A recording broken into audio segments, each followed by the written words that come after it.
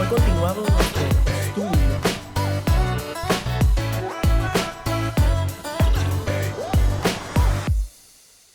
Continuamos en esta mañana nuestro estudio sobre los últimos tiempos. Hemos visto ya un par de mensajes.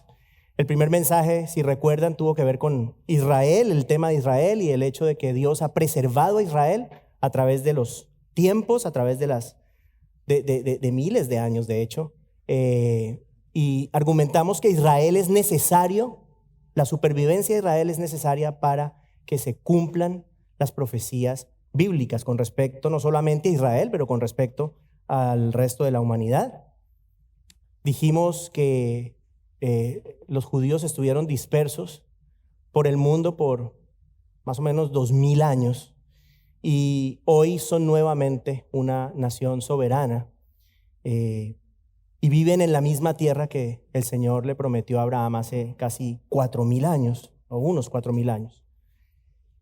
La semana anterior hablamos sobre el mundo de hoy, un mundo bastante loco, un mundo difícil. Dijimos que el mundo de hoy presenta diferencias con respecto a todo lo que hemos visto en la historia de la humanidad antes, particularmente el tema de la degradación moral que hablamos. Hicimos una conexión con Romanos 1 y argumentamos que esta degradación moral es parte del juicio de Dios contra la humanidad, que cuando el hombre decide rechazar a Dios, el Señor lo abandona a una mente perversa. Eso fue lo que hablamos básicamente la semana pasada. Hablamos un poquito también sobre el abandono masivo de la fe cristiana en el mundo en los últimos años, Europa de manera particular y Estados Unidos también. Y tocamos el tema de la parte tecnológica, que es bastante interesante, el tema de la inteligencia artificial. Y bueno, hablamos un poquito sobre que estos factores pueden tener que ver, ser un indicativo de que nos estamos acercando al final de los tiempos, pero también fui enfático en decir que es importante no caer en la especulación, ¿no? Y recordar que los tiempos exactos solamente los conoce el Padre, nadie más. En esta mañana vamos a considerar un pasaje que habla de un evento que es muy conocido dentro del mundo evangélico. Es un evento relacionado con el final de los tiempos y es el rapto o el arrebatamiento de la iglesia. Inicio diciendo que la palabra rapto no existe, no es que no exista, pero no está en las escrituras. Es el arrebatamiento de la iglesia y bueno, se le ha denominado el rapto de la iglesia. Es un suceso que básicamente lo que significa es que el Señor Jesucristo va a venir nuevamente, va a regresar y va a traer consigo a su iglesia. Básicamente ese es el rapto. La cronología del rapto es un tema que ha sido debatido por años.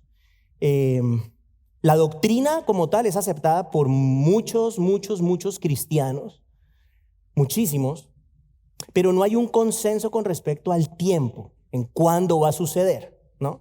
Entonces hay tres posiciones fundamentales, quiero presentárselas brevemente antes de exponer el texto, porque es importante que ustedes sepan que en ciertos aspectos de la enseñanza bíblica y particularmente esto que estamos hablando, que se llama la escatología, el estudio de los últimos tiempos, bueno, hay diferentes perspectivas, ¿sí? Y obviamente uno como pastor pues tiene la obligación de tener una perspectiva y esa es la que enseña, pero también considero que es responsable decirle a la gente, mire, hay otras maneras en que esto se ha visto a través de los años. Entonces, la primera perspectiva establece que el rapto tendrá lugar antes de la tribulación.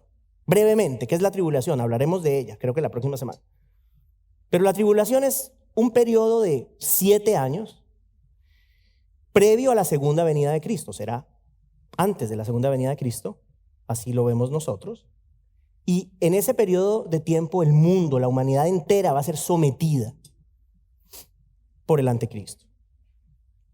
Es un tiempo que iniciará con 3 años de paz, 3 años y medio de paz, en el cual el anticristo ofrecerá paz a Israel, paz al mundo, y luego los siguientes 3 años y medio serán tiempos de gran tribulación, aflicción, una aflicción que no se compara con absolutamente nada de lo que hemos visto hasta ahora en la historia de la humanidad. Ha habido momentos duros, ¿no? Ha habido mortandad grande. Incluso si vamos al diluvio, en el diluvio universal, murió la humanidad. Bueno, lo que viene en la tribulación es todavía peor, más fuerte, más terrible. Esa es la palabra, es un tiempo que va a ser terrible.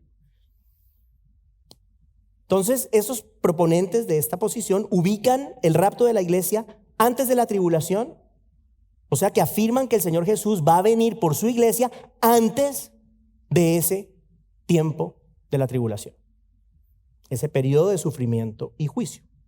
Ahora, esta posición es consecuente con una promesa que hizo el Señor Jesucristo. Él dijo que iba a ir a preparar un lugar para nosotros y que regresaría por nosotros para llevarnos allá. Esto es importante tenerlo en cuenta ahorita.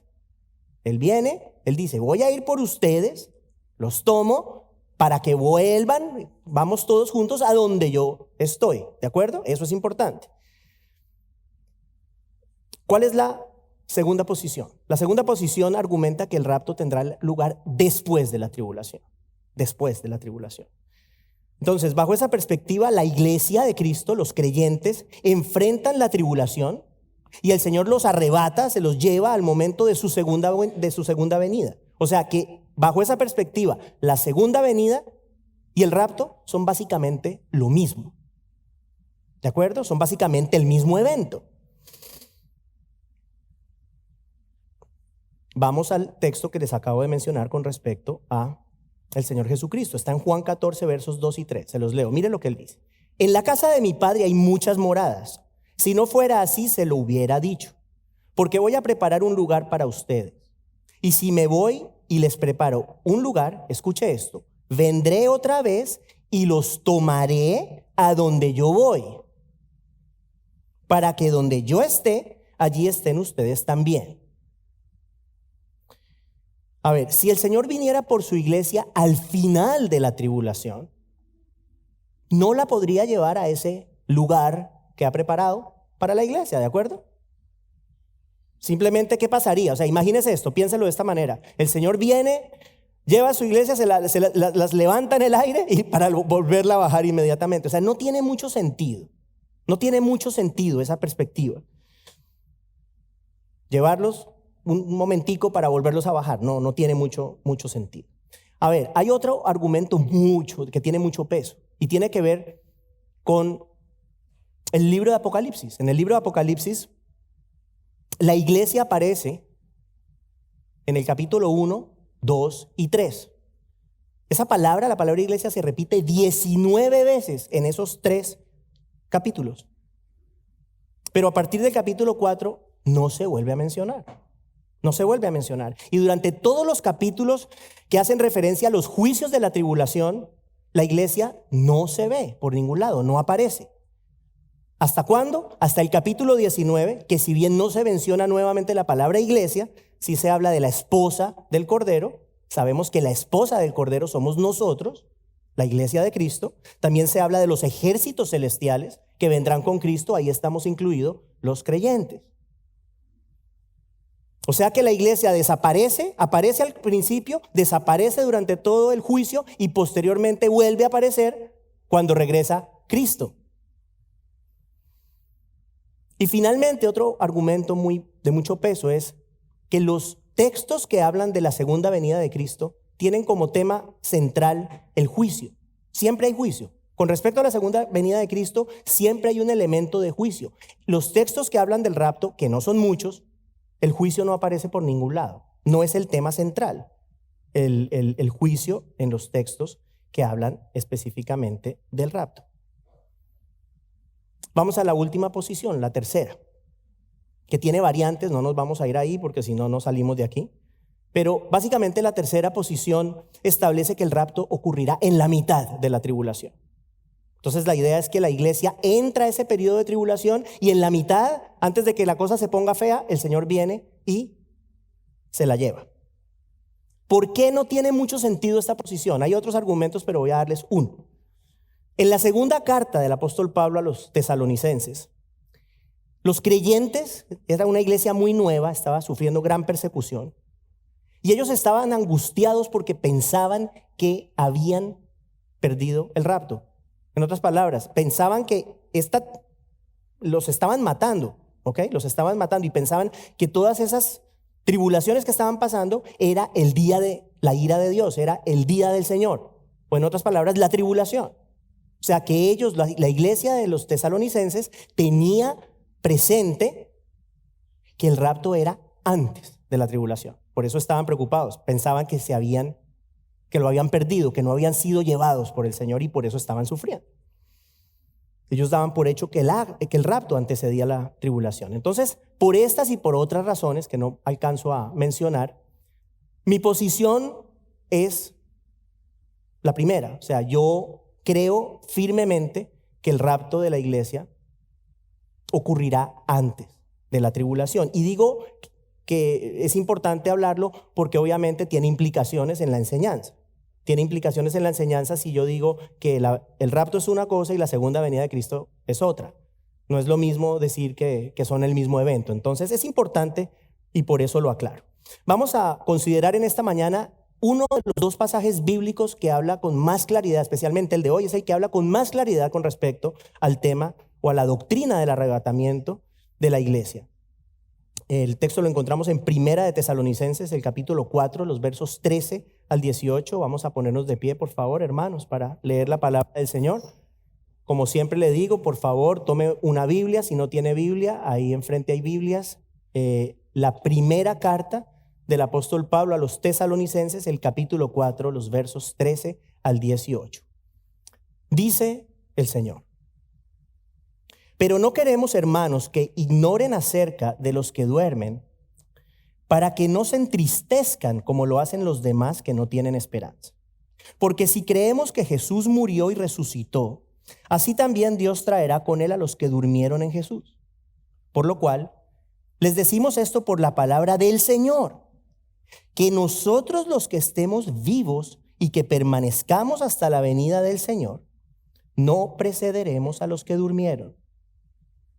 Pues el Señor mismo descenderá del cielo con voz de mando, con voz de arcángel y con la trompeta de Dios, y los muertos en Cristo se levantarán primero.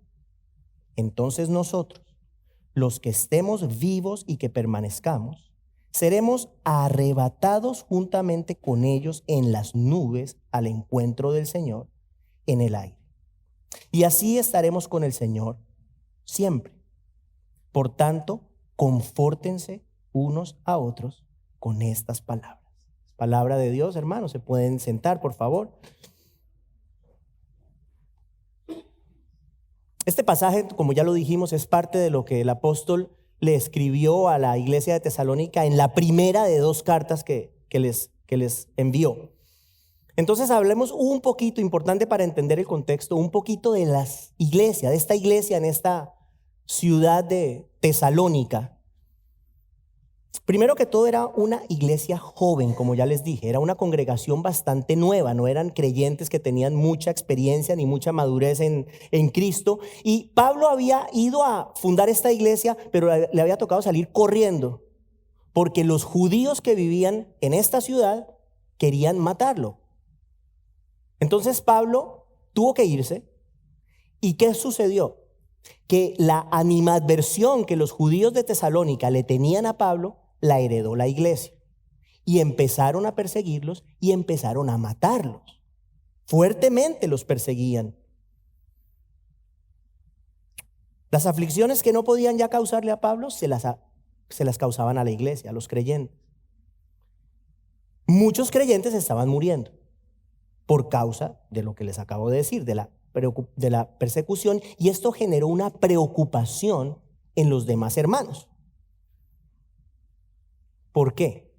Bueno, se preguntaban qué sería de ellos que ya murieron. O sea, ¿qué va a pasar con nuestros hermanos que han sido asesinados? ¿Qué va a pasar con ellos que murieron creyendo en el Señor Jesucristo? Como ya les dije, estos tesalonicenses, estas personas de esta iglesia, ellos esperaban que el Señor Jesucristo viniera por ellos en el tiempo de su vida. Tenían duda entonces de cuándo sus hermanos que ya habían muerto serían resucitados. Ciertamente, o sea, Pablo les debía haber hablado de todo el tema del rapto anteriormente. Él estuvo con ellos. Y ellos estaban preocupados. Pensaban, entonces, ¿qué va a pasar con ellos? ¿Será que se van a perder la gloria de ver a Cristo? Porque como ya murieron, pues no podrán verlo, ¿no? Esa era la inquietud que ellos tenían. ¿Qué va a pasar con nuestros hermanos? ¿Serían ellos de repente en alguna medida inferiores a nosotros los que estamos vivos todavía y veremos a Cristo? Esa era la inquietud. El pasaje de hoy responde esas preguntas. El pasaje de hoy sirve para tranquilizar a los tesalonicenses, para darles seguridad, para darles tranquilidad, para darles claridad a ellos que estaban sufriendo. Es importante decir esto, o sea, Pablo no enfrenta este tema de una manera doctrinal, o sea, aquí, si usted se da cuenta, no da mayores detalles, es algo bastante claro, bastante simple, pero el objetivo de Pablo es pastoral, es darle tranquilidad a las personas que estaban sufriendo.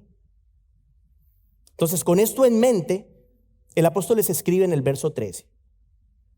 Pero no queremos, hermanos, que ignoren acerca de los que duermen, para que no se entristezcan como lo hacen los demás que no tienen esperanza. ¿Qué les dice? Básicamente, no queremos que se preocupen ignorando la realidad de las personas que mueren creyendo en el Señor Jesucristo. Les dice, no estén tristes ustedes como aquellos que no tienen esperanza. Si usted ha perdido algún ser querido, creo que podemos decir con certeza que nunca es fácil. Nunca es fácil perder a seres queridos. Pero ciertamente es muy distinto saber que todo creyente que ha dejado este mundo inmediatamente entra en la presencia de Cristo. Eso es importante. Es muy triste cuando una persona se va y uno no tiene la certeza dónde está. Es un gran gozo en medio del dolor saber que estar ausentes del cuerpo, según palabras de Pablo, es estar presentes en el Señor, es habitar con el Señor. Sí, o sea, esa es la primera inquietud que vamos a resolver hoy. Si usted es un creyente y usted se muere, en el instante en que usted se muere, inmediatamente usted, su espíritu, está en la presencia del Señor Jesucristo. Eso es lo que la Biblia enseña. Esa es la realidad de todo creyente que muere. El espíritu del cristiano se une al Señor Jesucristo. Y por llamarlo de alguna manera, esa es como la primera fase, pues pongámoslo así. Es la primera fase, es la primera etapa de este proceso. Una vez el espíritu del creyente se encuentra con Cristo, ¿cuál es el siguiente paso?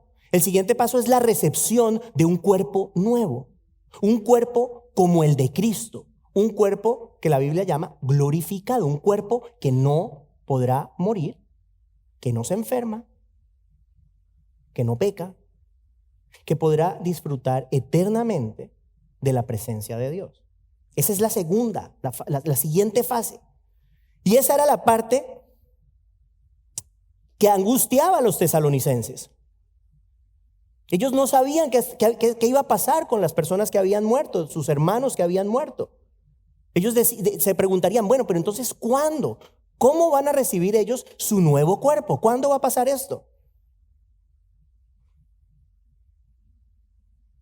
En el verso 14, el siguiente verso del pasaje, Pablo apela a la realidad de la muerte y resurrección de Cristo como la base de toda esperanza que usted y yo tenemos. ¿Sí? Mire lo que les escribe en el verso 14 de nuestro texto. Porque si creemos que Jesús murió y resucitó, así también Dios traerá con él a los que durmieron en Jesús. Entonces, lo primero que hay que decir, los que durmieron en Jesús es una referencia a las personas que han muerto creyendo en Cristo. Esos son los que murieron en Jesús. O los que durmieron en Jesús. ¿Qué está diciendo Pablo? Bueno, que así como el Señor Jesucristo murió y resucitó, de esa misma forma las personas que han muerto creyendo en Él serán resucitadas para encontrarse con el Señor. Y esta es una verdad que vemos reflejada en diferentes lugares en las Escrituras. Voy a simplemente citar unos cuantos ejemplos. Primera de Corintios 6:14. Y Dios que resucitó al Señor, también nos resucitará a nosotros mediante su poder. Fíjense que ahí hay certeza. Certeza, es una certidumbre que el Señor nos da. En Juan 6:39, el Señor Jesús dijo: y esta es la voluntad del que me envió, que de todo lo que Él me ha dado, yo no pierda nada, sino que lo resucite en el día final. Y en Romanos 8:11, el apóstol Pablo escribe: pero si el espíritu de aquel que resucitó a Jesús de entre los muertos habita en ustedes. Recuerde que el creyente es templo del Espíritu Santo de Dios. Entonces, si el espíritu de aquel que resucitó a Jesús de entre los muertos habita en ustedes, el mismo que resucitó a Cristo Jesús de entre los muertos, también dará vida a sus cuerpos mortales por medio de su espíritu que habita en ustedes. O sea, la resurrección del creyente es una verdad bíblica, ineludible. Así como hemos sido unidos a Él en la semejanza de su muerte, ciertamente lo seremos también en la semejanza de su resurrección, según Pablo en Romanos 6:5. En el contexto de este pasaje, Pablo está haciendo referencia a la resurrección de los creyentes antes del rapto. ¿Qué está diciendo? Que el Señor va a levantar a los cristianos que han muerto para traerlos a la presencia del Señor Jesucristo. Eso es lo que está diciendo. Pero entonces de repente alguien dirá aquí: pero bueno, ¿acaso no acabamos de decir que estar ausentes del cuerpo es estar presentes en el Señor? ¿No dijimos acaso que los creyentes que mueren van de inmediato a la presencia del Señor Jesucristo? Y la respuesta es sí, sí es eso lo que dijimos, pero esa es una unión espiritual. Espiritual. ¿Por qué es solamente espiritual? Porque estas personas todavía no han recibido su nuevo cuerpo, su cuerpo glorificado. Todavía las personas que han muerto creyendo en Cristo a través de la historia, ninguna ha recibido su cuerpo glorificado. Pablo explica en los versos siguientes los detalles de la resurrección de los creyentes. En nuestro texto, en el verso 15, el apóstol argumenta que Dios ha dispuesto que aquellos creyentes, esto es importante, aquellos creyentes que estén vivos cuando el Señor venga por su iglesia, dice, no precederán a los creyentes que ya han muerto. O sea que estos creyentes recibirán sus cuerpos glorificados. Las personas que han muerto serán resucitadas antes que los creyentes vivos experimenten ese mismo cambio. Luego entramos en los versos 16 y 17, que son cruciales. Aquí el apóstol Pablo presenta los detalles de ese suceso futuro que conocemos como el rapto. Vamos a leer los versos 16 y 17. Pues el Señor mismo descenderá del cielo con voz de mando, con voz de arcángel y con la trompeta de Dios, y los muertos en Cristo se levantarán primero. Entonces nosotros, los que estemos vivos y que permanezcamos, seremos arrebatados juntamente con ellos en las nubes al encuentro del Señor en el aire, y así estaremos con el Señor siempre. Vamos a ver los detalles de estos dos muy importantes versos. Primero, el Señor Jesucristo viene en persona. En persona. Él viene en persona, descenderá del cielo, dice, con voz de mando. Ese voz de mando en el idioma original tiene una connotación militar, como de un comandante que llama a sus tropas. El Señor Jesucristo bajará y llamará a su pueblo. Adicionalmente habla de la voz de un arcángel. No se sabe quién es ese arcángel. Lo que podemos deducir es que junto a la voz de mando del Señor Jesucristo va a haber la voz de un arcángel haciendo el llamado a la iglesia del Señor. Y luego habla de la trompeta de Dios. Bueno, para entender un poquito el tema de la trompeta, si vamos al Antiguo Testamento, bueno, las trompetas se utilizaban para anunciar eventos o acontecimientos que eran importantes. O sea que esta es una manera de mostrar que este evento va a ser anunciado con la trompeta de Dios. Va a haber un anuncio para que la iglesia del Señor se junte y esté con Cristo. Luego, tras ese anuncio del llamado personal de Cristo a los creyentes, mire lo que dice el final del verso 16, muy importante. Revela que los muertos en Cristo se levantarán primero. Se levantarán primero. O sea, que las personas que murieron creyendo en el Señor Jesucristo van a ser resucitadas en ese momento. Todas las personas que han muerto creyendo en Cristo a través de la historia. En Cristo. El tema de los creyentes del Antiguo Testamento es otro, no lo voy a entrar ahora, pero ese no es el momento de su resurrección.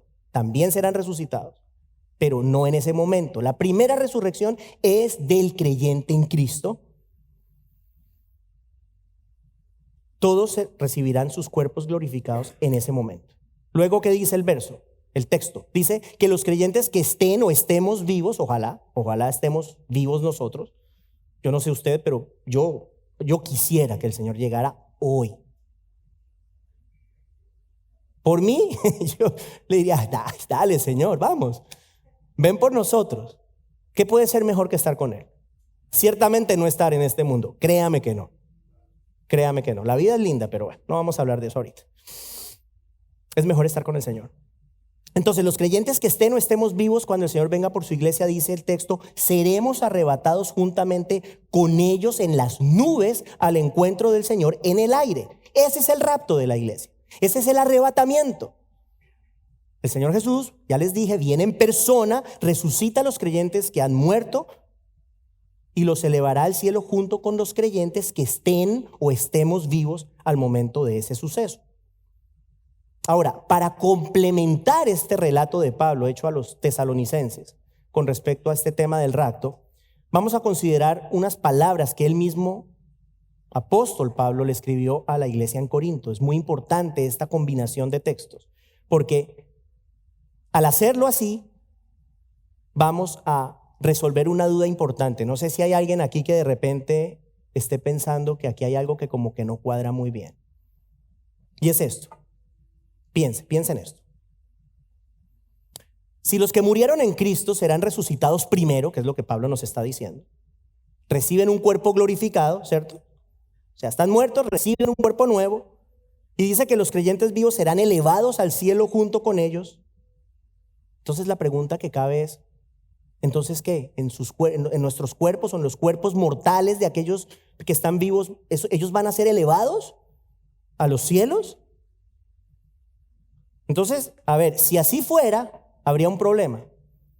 Personas como mi esposa que le tienen miedo a las alturas, llegaría hoy a la casa a arrodillarse a pedirle al Señor, no Señor, por favor, no vengas por mí. Yo prefiero morirme y luego me resucitas. Claro, o sea, imagínese que uno en este cuerpo, pum, va para el cielo. Esa es una inquietud, ¿no? Es una inquietud que si lo leemos desde la perspectiva que estamos viendo en el texto de hoy, pues es una inquietud válida, porque Pablo no especifica nada con respecto a los que están vivos, simplemente dice que también serán raptados, también serán elevados al cielo. Y surgiría también otra pregunta, y es esta: ¿en qué momento entonces esos creyentes vivos que participan en el rapto serían resucitados? ¿Cuándo? ¿Cuándo van a ser resucitados? Piensen en esto. Son arrebatados, ¿cierto? O sea, imagínese usted está vivo ahorita y de repente llega el Señor y se lo lleva a sus piernas así, ¿sí? Se lo lleva. Si somos arrebatados a las alturas en estos cuerpos, en este cuerpo natural, pues obviamente estamos destinados a morir, ¿no? Vamos a morir, este cuerpo muere. ¿Qué pasa? Que Pablo dice que la iglesia estará eternamente con Cristo. Eternamente con Cristo. Entonces eso ahí ya no cuadra. Algo tiene que pasar. Algo tiene que pasarle a los creyentes que estén vivos o estemos vivos en el momento del rapto, porque no podemos subir al cielo y encontrarnos con el Señor en esta humanidad. Porque esta humanidad no es eterna y Pablo dice que estaremos eternamente con el Señor. Entonces, no tiene sentido a la luz de lo que acabamos de leer en el texto. ¿Cómo podemos comprender esto? ¿Cómo podemos entender esta situación? ¿Cómo podemos armonizar las dos cosas? ¿Cómo podemos decir, Pablo, tú no nos estás metiendo un cuento? Y la respuesta la encontramos en 1 Corintios, capítulo 15, los versos 50 al 52. Mire lo que les dice Pablo a los corintios. Esto digo, hermanos, que la carne y la sangre no pueden heredar el reino de Dios. Ni lo que se corrompe hereda lo incorruptible. Verso 51. Así que les digo un misterio. un misterio. No todos dormiremos, en otras palabras, no todos moriremos, pero todos seremos transformados. En un momento, en un abrir y cerrar de ojos, a la trompeta final, fíjese, aparece la trompeta aquí, pues la trompeta sonará, y escuche esto, y los muertos resucitarán incorruptibles y nosotros seremos transformados. Ahí se resolvió el enigma y el miedo de Paola.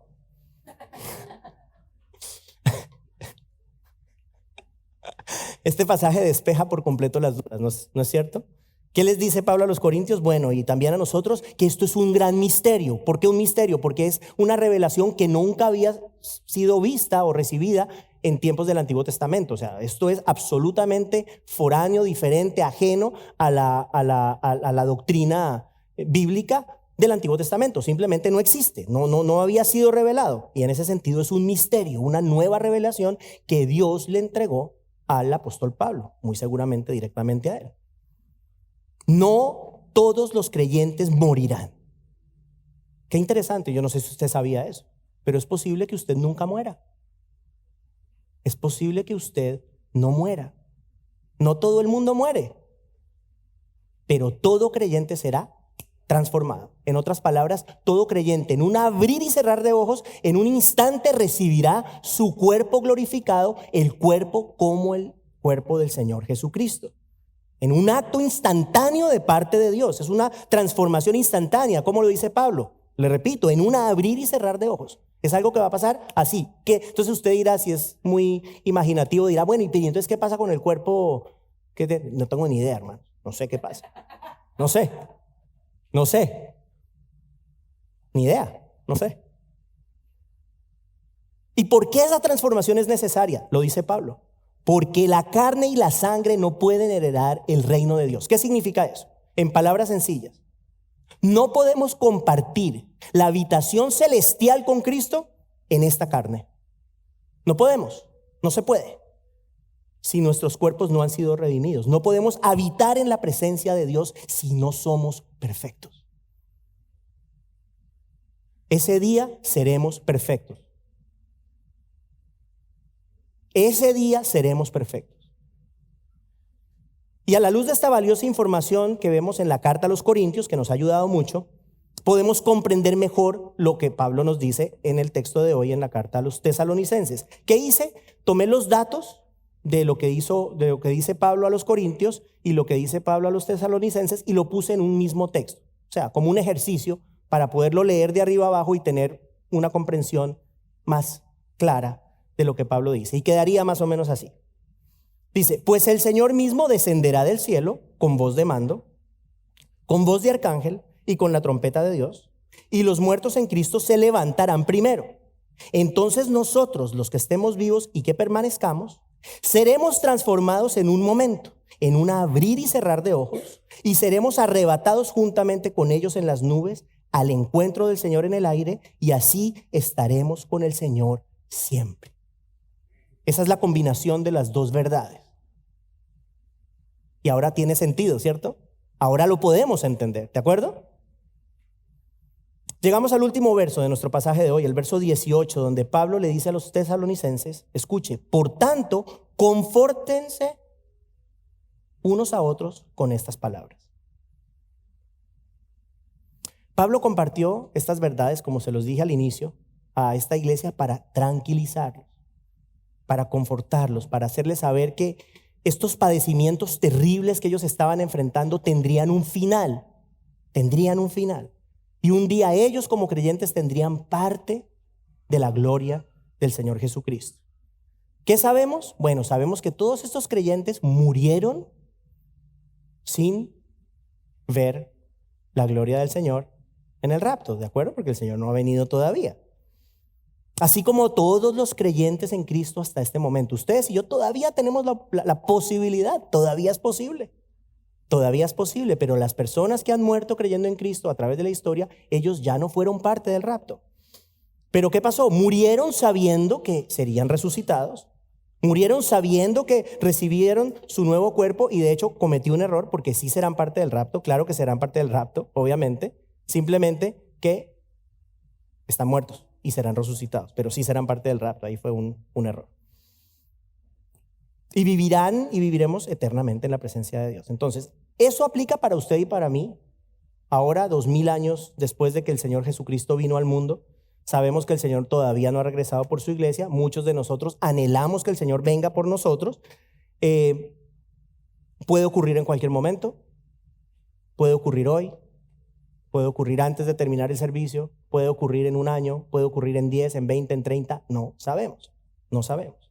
Ahora, independientemente de si Cristo regresa por nosotros mientras estamos vivos o cuando hayamos partido de este mundo, la promesa es la misma. Un día seremos perfectos y un día estaremos eternamente con Él. No solamente, escuche esto, no solamente en espíritu, pero también en cuerpo.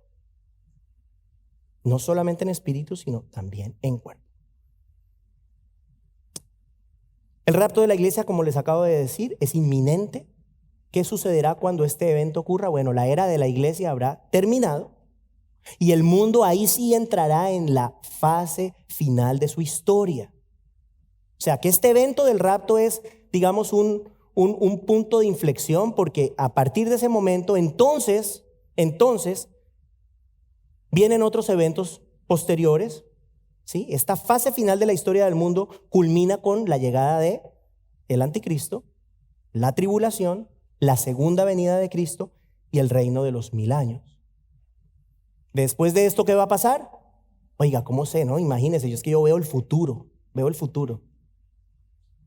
No, leo la Biblia. Después de esto, ¿qué va a pasar? El universo será completamente destruido. Por eso les he dicho, esto no lo va a acabar el tema ambiental, no. O sea, sí está haciendo un calor fuertísimo, pero el mundo no se va a acabar así. El mundo no se va a acabar así. El universo dejará de existir para dar paso al juicio de los incrédulos y posteriormente la llegada del reino eterno, lo que la Biblia llama la Nueva Jerusalén, la ciudad santa, que descenderá del cielo. Y allí viviremos por los siglos de los siglos. Entonces, terminamos diciendo esto. Es posible, hemos dicho, estos creyentes de Tesalónica estaban padeciendo terribles sufrimientos. Y si bien usted de repente no lo están matando, es posible, muy posible, que muchos de ustedes estén pasando por momentos muy difíciles, sufrimientos muy grandes. Pero si usted es un creyente en Cristo, ¿qué le promete el Señor? Bueno, le promete que usted un día va a ser transformado para siempre. No importa lo que usted esté pasando hoy. Esa es la esperanza. Usted y yo seremos transformados para siempre. Estaremos con Cristo, posteriormente seremos resucitados, los que hayamos muerto, los que estén vivos serán transformados, pero el punto es, esa es la esperanza que tenemos en el Señor. Recibiremos, como ya les dije, un nuevo cuerpo donde no hay artritis, dolor de cabeza, gripas, alergias como me dan a mí, nada de eso. Ese cuerpo no va a padecer nada de esas cosas, no pecará. Qué bendición tener un cuerpo que no tenga una capacidad natural para pecar.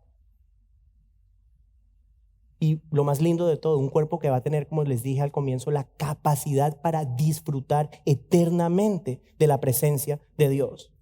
Mientras ese día llega, hermanos, mientras ese día llega, bien sea a través de la resurrección o de la transformación instantánea de nuestro cuerpo, yo les digo, encontremos consuelo en estas verdades. Cuando estamos pasando momentos difíciles, ¿sabe cuál es la mejor ayuda para el creyente cuando está pasando por momentos de gran dificultad?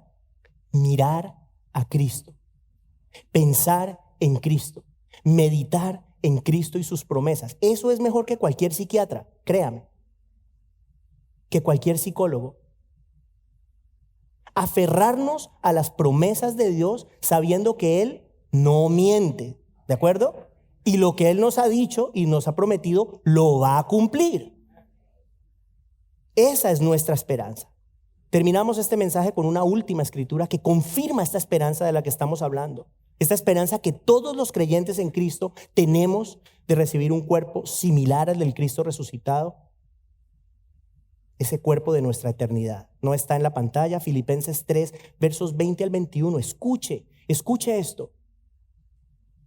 Porque nuestra ciudadanía está en los cielos, de donde también ansiosamente esperamos a un Salvador, el Señor Jesucristo. Y mire lo que dice el verso 21, lo mismo que hablamos hoy, el cual transformará el cuerpo de nuestro estado de humillación en conformidad al cuerpo de su gloria, por el ejercicio del poder que tiene aún para sujetar todas las cosas a Él mismo. Esto es palabra y promesa de Dios. Si usted está sufriendo, querido hermano, querida hermana, aférrese a las promesas del Señor. Un día el Señor vendrá por nosotros, y si morimos antes de ello, estaremos instantáneamente en su presencia, y un día seremos resucitados para vivir eternamente con Él. Esa es la esperanza nuestra. Esa es nuestra esperanza. Oremos. Padre, damos gracias a ti en el nombre de Jesús por esta palabra tuya que nos llena realmente de esperanza por saber que tú tienes un propósito, Señor. Un propósito que es perfecto para la vida de todos los creyentes. Nos podemos recordar las palabras del apóstol Pablo cuando dice que no solo para esta vida esperamos en Cristo, porque si así fuera seríamos los más dignos de lástima de todas las personas. Señor, nuestra ciudadanía está en los cielos. Un día vendrás por tu iglesia. Un día estaremos en cuerpo y en espíritu unidos a ti. Y regresaremos contigo, Señor, a reinar en ese reino de los 1000 años que antecederá al reino eterno. Ayúdanos a vivir con expectativa y ayúdanos a vivir vidas santas, sabiendo que en cualquier momento, Señor, en cualquier instante, puedes venir por nosotros. Y no queremos causar deshonra a tu nombre que es santo. Te bendecimos, Señor, y te amamos en el nombre de Jesús.